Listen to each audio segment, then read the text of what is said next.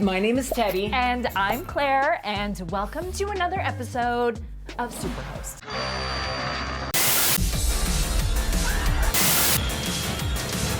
Everybody's a suspect! Coming to get you, Bobber.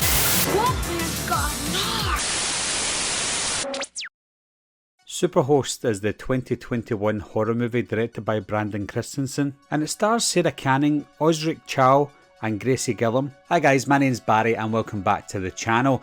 This review for Superhost is going to be a spoiler review, so you have been warned. So if you haven't seen the movie, maybe don't watch this review. If you don't mind spoilers, or if you have seen the movie, then obviously stick around. Travel vloggers Teddy and Claire try to create viral content around their most recent Superhost, Rebecca, who wants more from the duo than a great review. First off, let's talk about the idea for this film, because there's something about the vloggers in movies that is very realistic to me. I'm not a vlogger as such. I'm on YouTube of course, but I'm not really like one of these travel vloggers or anything. But watching the movie, that type of travel vlogger exists, and it's great because it just seems so realistic and close to home. I know that I'm a YouTuber, but it still feels that kind of close to home. So when it comes to the idea for this film, I think the idea is fantastic. When you've got ideas like this, it gives you an opportunity to put the setting somewhere remote, and that's what they do. This couple go to this remote house in the middle of the woods, so it's in the middle of nowhere. And it's great because it's that small isolated setting. You got a really small cast as well. Apart from the three main characters, you've also got Barbara Crampton as well, who plays a minor role in the movie. So there's literally only 4 characters that speak in this film. I really only have one issue with this film, and I'll get it out of the way just now, and that is making bad decisions throughout the movie. Now, albeit Teddy and Claire do make good decisions throughout most of the movie, and there is a scene where they thought, okay, Rebecca is dodgy, enough is enough, let's just get out of here because she's very strange. And then they do the right thing and go, but then she stops them, and there's nothing for them just to continue driving on, but she stops them and asks them, can we go into the woods in the middle of nowhere? And I'm so crazy, but let's go anyway and film something else. And I can see why they do it, because Claire is so hungry to get some content, to get more subscribers and more views. But Teddy should have said to her, listen, enough's enough. You know she's crazy. You also wanted to leave. Let's just get out of here. So the bad decisions start there, and then they continue on to the very end of the movie. Obviously, we need to have something happen for the movie to continue, but I think if they made the right decisions, the movie could have went in a better direction. But apart from those silly decisions that they made in the last half of the movie, I think they seemed like genuinely realistic people.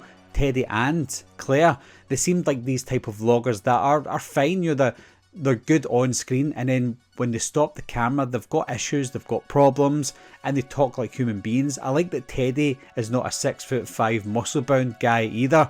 He's just a normal person, a normal vlogger, and he even says it when he's trying to defend himself against Rebecca. He's like, I'm just a vlogger, I'm not a hero. Let's talk about Rebecca. She introduces herself online as Betty Ann Lou, almost like the name Betty Ann Lou, but it's in actual fact the couple that own that house are Betty and Lou, and she kills them and their cat. So she takes over this Airbnb, I would call it, and she pretends to be Betty Ann Lou, or she calls herself Rebecca as well. Something about her character is straight from the beginning, straight from when you see her, she's already crazy. And if it was me, I would be like, okay, you seem a little bit strange. How do you keep getting great reviews if this is how you are and this is how you act? So that part wasn't as realistic as I thought it was going to be, but she did keep up that crazy girl all the way through the film, obviously until the big reveal that she was even crazier than we thought. But yeah, she was crazy from the beginning. She'd done a good job, the actress that played her. She'd done a really good job of being crazy. She reminded me of, I'm not saying she's as good as, but she reminded me of Lola from The Loved Ones. That's how crazy she was. I think she is very, very memorable. And I think in a few years' time, after a lot of people have saw Superhost, if anyone's doing a top 10 crazy villains list or crazy female villains, I think she'll probably make the top 10. The film's only over 80 minutes long, about 83 minutes long or so, including the credits, so it's a very short movie, and if you're making a short movie, you have to get everything in there so that you don't miss anything out, and you have to have a character development. I think we had it all with this film, and because it was so short, there was no dull moments throughout the movie, because at the start we're introduced to Teddy and Claire, we get to know them as characters, then they go to the place that they're wanting to go, we're introduced to Rebecca pretty fast, we find out that she's crazy pretty fast as well, and then it's a bit of a cat and mouse chase, finding out, is she really crazy? Or are we just thinking that? And then when we find out that she is crazy, she's chasing them throughout the rest of the movie. So there's no dull moments, which is great. Surprisingly as well, there's some creepy moments throughout the film. There's some really good jump scares as well. There's no forced jump scares, which I really liked.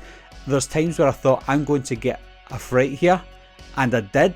So even though it was telling you a fright was coming, you still couldn't really prepare for it. There's maybe 2 or 3 times that happened. So you're not oversaturated with all these jump scares. That's not what it's like. There's some really creepy and dull moments that are good, where you've got Teddy talking to the webcam like I'm doing, and then you see shadows or a shadow walking past, or you hear noises. So things like that plays tricks on your mind, or the viewer's mind, which was great. So no idiotic or forced jump scares, which again is fantastic. An undertone of this film is about clickbait. It's not forced in your face, but it's about clickbait. Claire wants to be more of a clickbait YouTuber, whereas Teddy's like, no, I don't really like clickbait. I want to get organic views and organic subscribers. She wants the same, but at the same time their channel is going down, they're losing subscribers, they have to do something. And he proposes to her genuinely because he wants to marry her. She initially thinks, oh, this is great, this is for the cameras, and he's like, no, not everything is about YouTube, not everything is about subscribers. She's kind of a clickbait kind of person all the way through it. She's nice and she's genuine, but she still wants to make money. But there's I don't know if it's a good message, but there's a message at the end of this film where Claire records her own death by accident, because she obviously is trying to tell people that she's getting attacked by Rebecca, but it gets recorded and it goes live, and Rebecca watches this at the very end and she's like, oh shit, I'm going to get caught. But because Claire and even Teddy are seen as clickbait YouTubers, nobody believes Claire about the video that she's just uploaded, or the live video that she's uploaded. People are saying you're a clickbaiter, I'm unsubscribing to you. So I think the message is, if you put out content that seems clickbaity, you'll lose subscribers, even if it's real. And it's almost like The Boy Who Cried Wolf. If you clickbait so many times, when you're actually genuine, people still think you're a clickbaiter, and that's what people thought about Claire. So that was a kind of message at the end of this film. Don't be a clickbait YouTuber. So with that being said, guys, I was genuinely surprised by Superhost. I know that Shudder puts out a lot of Shudder original movies. Some are good, some are bad. This one was really good, and I think what made this even better was I wasn't expecting anything from it. I liked the idea, and I think they ran with the idea in the best possible way. So I think Superhost was a really good horror movie. As usual, guys, if you've seen this film, or if you haven't seen the film, whatever you want to do, leave comments down below. Let me know what you think of it. Leave comments down below if you haven't seen it. Let me know if you're going to watch it after my review. I've not totally spoiled the movie, so even if you haven't saw the movie and it still sounds interesting, I would definitely check it out. There's a few twists and turns throughout, and you will be genuinely surprised for the ending of the film. Don't forget to smash that like button and click that little bell so you never miss an episode. And as always, guys, thanks a lot for watching. Thanks for subscribing. I'll see you soon. Bye bye.